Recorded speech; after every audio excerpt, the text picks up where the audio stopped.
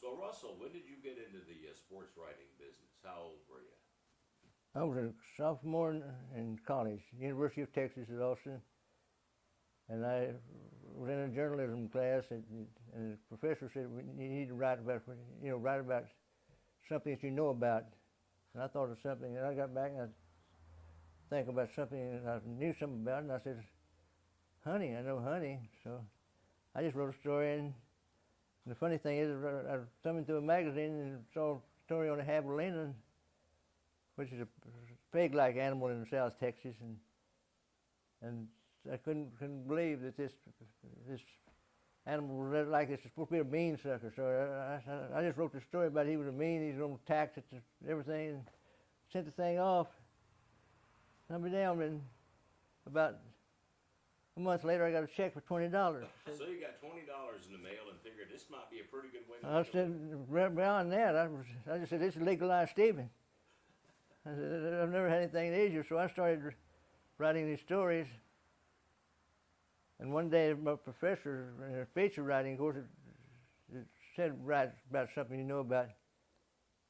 Professor was coming about the grades, and I wrote a story, and I thought it was, in fact, about turkeys. That's this thing about turkeys, unpredictable gobblers. I'll never forget about it. And then the professor, when the grades come back, I had a B on this story, and I said, after the mail, I went up to the professor and I said, sir, you made a mistake. And he said, what do you mean made a mistake? I said, this story is better than a B. And I said, I got $100 for it. And he said, wait, you've been putting this story, you've been putting this in with us? And I said, yeah, I've been turning it in for the course, and I sent it off to see if I could sell it at the same time because I needed the money. Sure enough, that was it. They bought he laughed about that, and he didn't change the grade, but he got me. He knew what I was doing from then on. He encouraged it, and so I did all these stories. Like I said, paid my way through college basically from then on, just writing a story. I saw a placard that said, "In the beginning, there was Russell Tinsley." So, were you one of the first sports writers in America?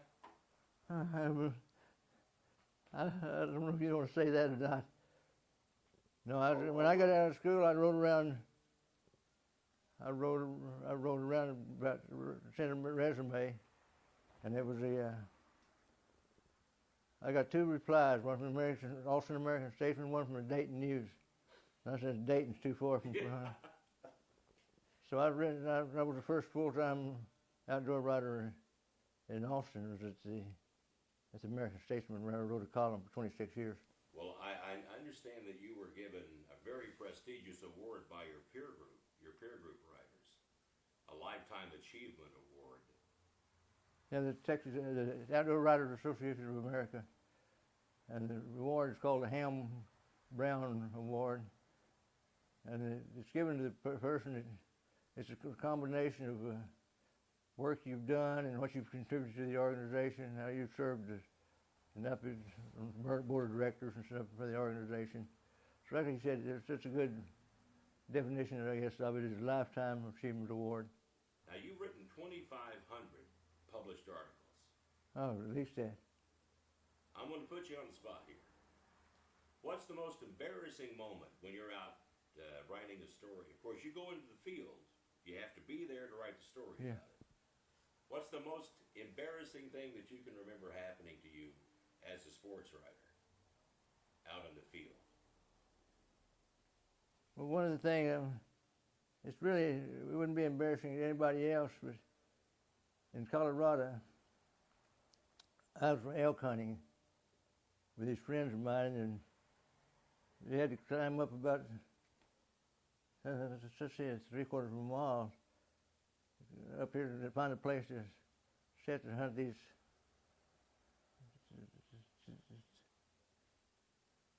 I'm trying to think how to put this with this. I got up there, I was going up there to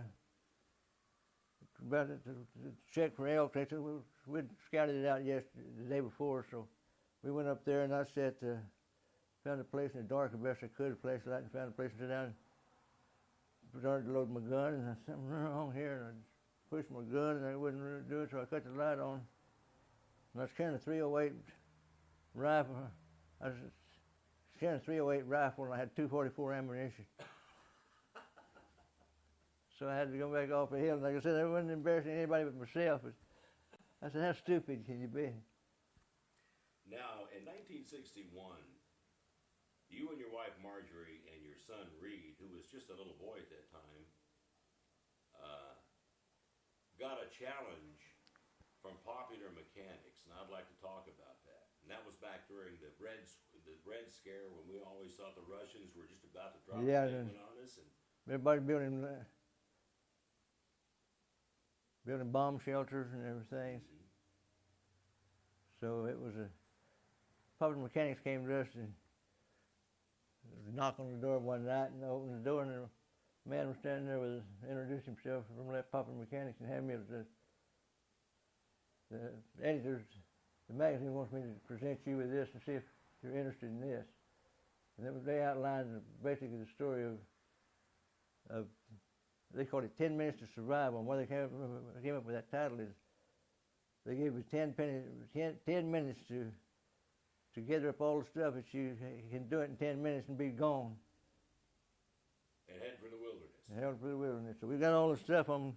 In fact, they took the stuff away from us later because we had too much stuff. The outdoor riders have more stuff than a normal person. But you had to go within a reason of how much gasoline you had in your car.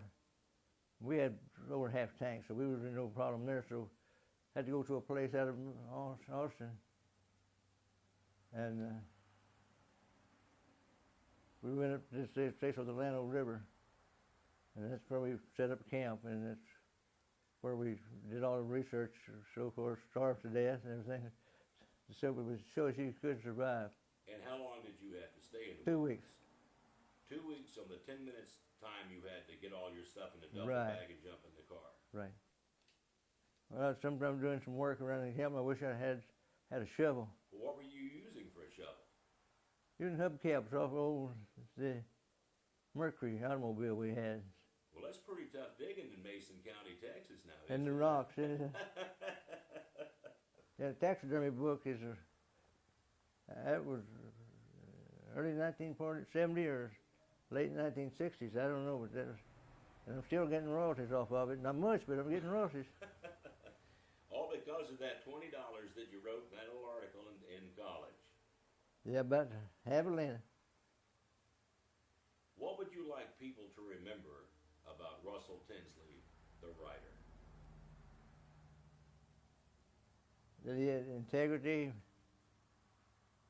had ethics. It's not important how you.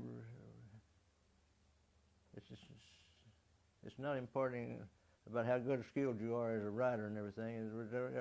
You can put one word after another word and come up with something that makes sense to somebody, but being ethical about it and try to make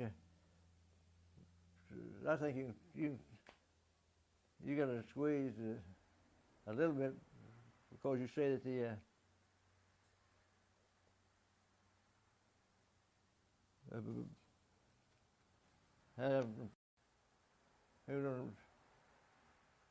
outdoor show with Russell Tinsley was up. Instead of putting the Russell Tinsley show as with Russell Tinsley, they could change it. Somebody else could take over the show. I was crazy to dig my own grave. But what the highest compliment was when I had a station is that when the editor, the general manager would have his general manager's store. I mean, have your show about once a month to catch up. Everybody had a bitch and had any compliments they could go through this show. But he told me that I'd be listening to it and I'd get people mention my name, but when's the outdoor show? When are we going to have another outdoor show? And Marjorie was surprised me. She was listening to me one day, listening to the show, and I was in there with her. And all of a sudden, some guy called in, and he was talking about his two buddies wanted to know when the outdoor show. And they said that they said to the guy, says, the general manager says, now if money's any consideration, any problem, tell us, we'll be glad to pay his salary, whatever you paying him. Marjorie, like fainted, she said, She never heard anybody offer to do it. So she said that was the highest compliment I'll ever get. So Well, there you go. What's your feeling on under harvesting deer like most states do? Do you think that most states under harvest? oh yeah, no doubt about it. I don't think you can't manage with a gun or to feed the deer. But the guy says you can't feed them out of. Biologist told me one time that you can't feed them out of a bucket. You can't manage out of a bucket. Yeah. And they just weigh too many deer. And the more you shoot, unfortunately, the more they reproduce. Yeah, I've done a lot of fishing and hunting and Corpus, but my primary job was golf editor of the Corpus Christi Caller-Times, and of course covering high school football and everything. But me of all people, were you a pretty good golfer? I was just good enough to beat my father-in-law, and he didn't like to be beaten. So that's why I gave up golf. It's either give up my wife or give up the golf. How many awards have you won as a sports writer?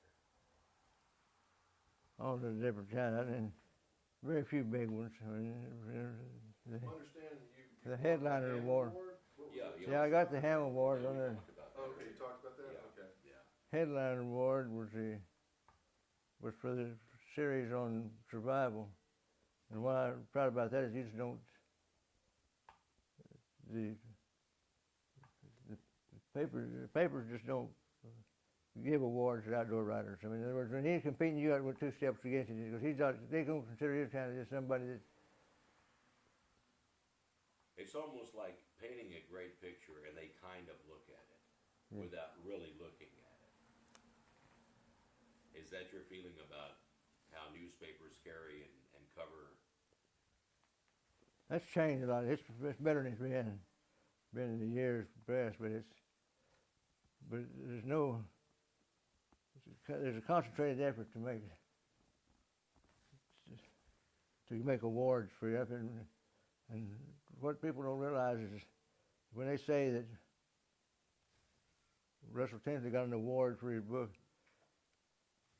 and he was competing against the other books in some kind of thing, what you didn't realize is that books are, I mean, this time around here, books it's contests in magazine articles you win an award for, even books. It's contests. You win a contest. You don't win an award. Right. Award something you've given for achievement, things you've done. But you can't call submit a story and having a statewide contest, for instance, for magazines and articles and everything. It's a contest. It's an award. How old were you when you first started hunting? Before you started writing about it? I shot my first deer at 9 years old. So. And your dad took you out to... Yeah, I just trailed him along. I was just supposed to stay out of the way, and he caught me. How did it feel when you harvested your first deer? I don't know. I was excited. Anything there's always that first one's always a special one. There are hunter safety courses now that are being offered in schools. Right, yeah. And how do you feel about kids having to take this safety course as opposed to having their dad or their uncle or whatever show them the finer points of... Well, it's a lesser of two evils. I think it's necessary about the safety and everything. You can't overdo it and everything, but it's hard to find enough guys to get where you can take the course to get your license. You got to have the license and everything. But the second thought is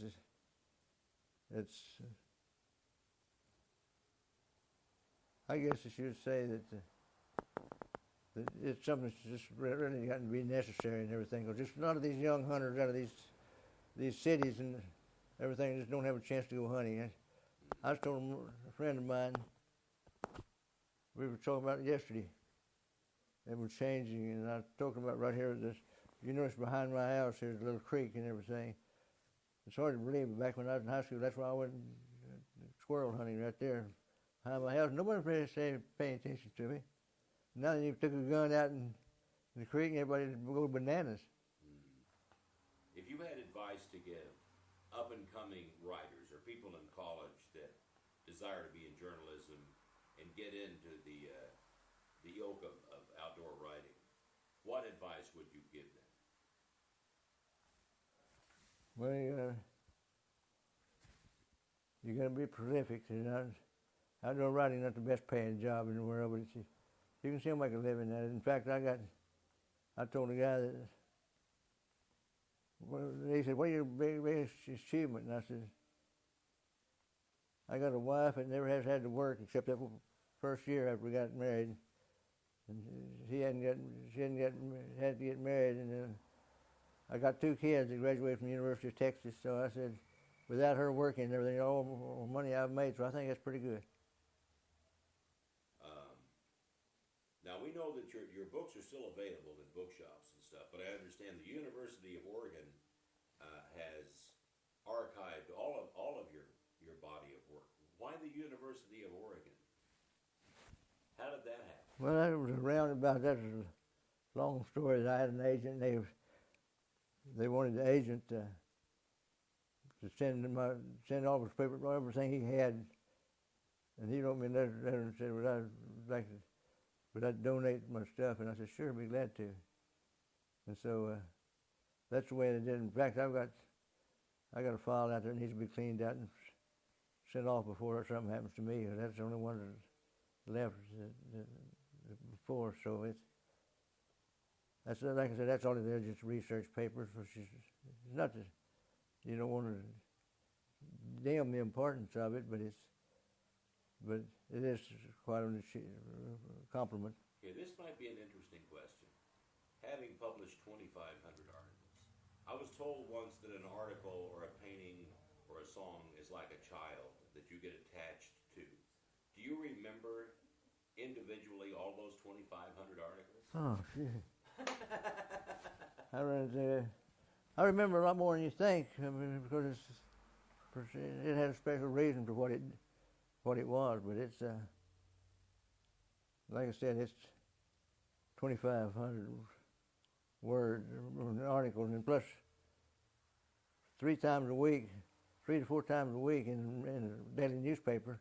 You got to remember I had that on top of that, so there wasn't enough chance to remember, enough reason to remember. You're trying to worry about the next one, you know. The next one, yeah. Now, have you done television?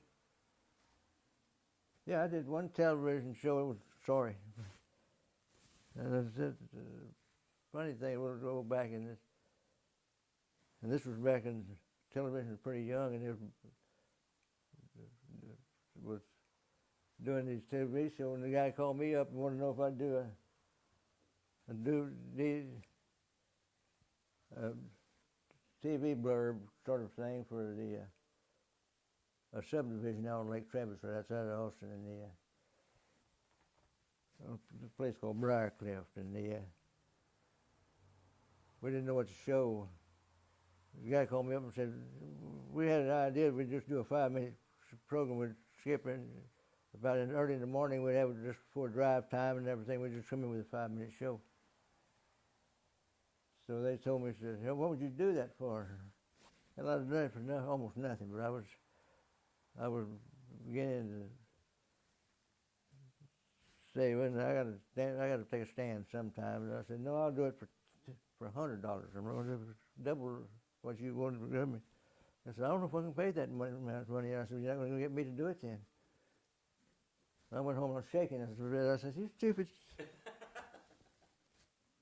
And so that from the margin, I went to the dentist. He told me later, he said, I got some bad news for you. I said, your wife's teeth are all messed up, and so it's going to cost you money to correct her teeth. We're going to have to cap all of them. Can you imagine capping all your teeth and what it would cost nowadays? That was back then. The dentist was $1,200, and I thought that was a fortune. So we go to the road, and I said, we get in the car, we're going home, and I said, Marcia, where are we going to get $1,200? She said, I don't know. Said, we went up, and I'll never forget, I reached up to get the doorknob, and just turning the door to open it up, the telephone rang. I answered the phone. The guy says, reminded me who he was, and says, "We've decided to go along with your outfit. We'll give you $100 a show." That was just enough money to pay off my dentist bill. So I never saw him send that money. I didn't know the cent of that money, but to the dentist, I sent the dentist $1,200. But I came back and up there in the show, and this 5-minute show was things like, I tried to get something that was live, show you how to rig a plastic worm or how to shoot a bow and arrow. In other words, if you jam in there for 5 minutes and everything. But hell, I didn't know what I was doing. But it was an experience I can put on my resume anyhow. Show. I didn't get rich, but it's been a hell of a ride.